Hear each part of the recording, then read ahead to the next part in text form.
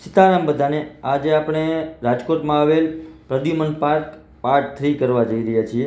હું Mukund પારખાણીયા rhythm of પોઝિટિવિટીમાં આપ બધાનું સ્વાગત કરું છું। આજનો મારો પોઝિટિવ થોટ છે, આપણા અંદરના ડરથી જીતો। આપણે બધા ઈશ્વરના સંતાન છીએ। ભગવાને બધામાં દરેક તકલીફનો સામનો કરવાની તાકાત આપેલી છે, પણ આપણને ડર હોય છે કે આપણાથી થશે કે નહીં થાય। જે વસ્તુ છે જ નહીં તેના વિચાર કરીને આપણે ડરીએ છીએ। આપણા જીવનમાં સૌથી મોટી તકલીફ શું છે? ક્યાં તે આપણા સપના છે, તે શું આપણે પોતાના પર વિશ્વાસ છે, કે પછી એ ડર છે જે આપણને આગળ વધતા રોકે છે। જ્યારે આપણા જીવનમાં આપણે કંઈક નવું કરવાનું વિચારીએ ને ત્યારે આપણને આ ડર સામે ઊભો રહી જાય છે। આ બીક જ આપણી અંદર રહેલ શક્તિશાળી માણસને દબાવી દે છે। આ જે સમય છે તે ડરને તોડવાનો।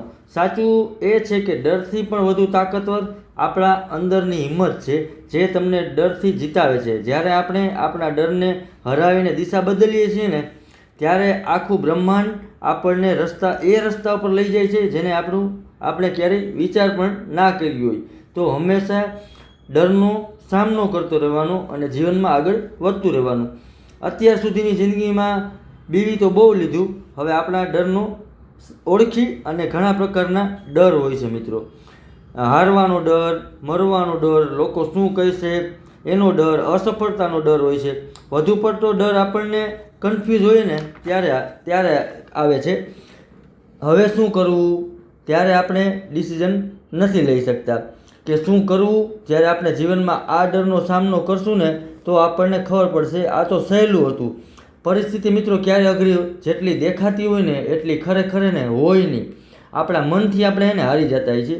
કહેવાય છે મિત્રો, ઘણી જગ્યાએ આપણે સાંભળ્યું હોય છે કે ડર કે આગે જીત છે। તો આજથી આપણે એને હંમેશા જીવનમાં પોઝિટિવ વિચારી, સ્માઇલ કરી અને જીવનમાં હરેક ડરનો એને સામનો કરીશું ને તો જીવન એને ઘણું બધું સરળ બની જશે।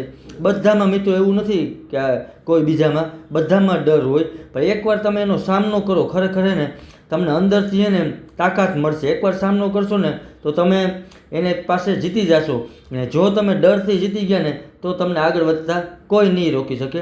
એટલે હંમેશા જીવનમાં ને ડરનો સામનો કરતો રહેવાનો, તેનાથી તમને અંદરથી પોઝિટિવ અને સારા વાઇબ્રેશન મળશે।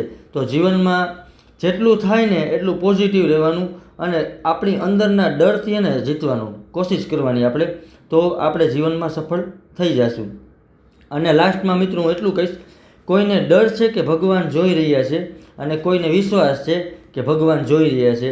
તો જીવનમાં હંમેશા એને આપણે ખુશ રહેવાનું અને ખુશ રાખવાનું અને એકબીજાને મદદ કરતી રહેવાની। થાય એટલે કોઈને હેલ્પ કરો, કોઈને હિંમત આપતા રહ્યો, આવું બધું કાર્ય કરતા રહ્યો તો જીવન જીવવાની ઘણી બધી મજા આવશે। અને thank you all of you મને જોવા અને સાંભળવા બદલ। નેક્સ્ટ વિડીયોમાં હું બીજો પોઝિટિવ થોટ લઈને આવું છું। મારા ઇન્સ્ટા અને એફબીના પેજને ફોલો અને શેર કરજો। મારી યુટ્યુબ ચેનલને લાઇક, શેર અને સબસ્ક્રાઈબ કરજો। અને મિત્રો કોમેન્ટ પણ કરજો વિડીયો કેવા લાગે છે, જેથી કરીને આપણે વધુમાં વધુ લોકો સુધી પોઝિટિવિટી સ્પ્રેડ કરી શકીએ।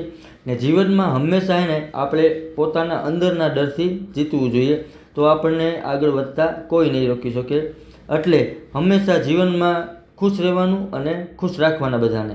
Thank you all of you.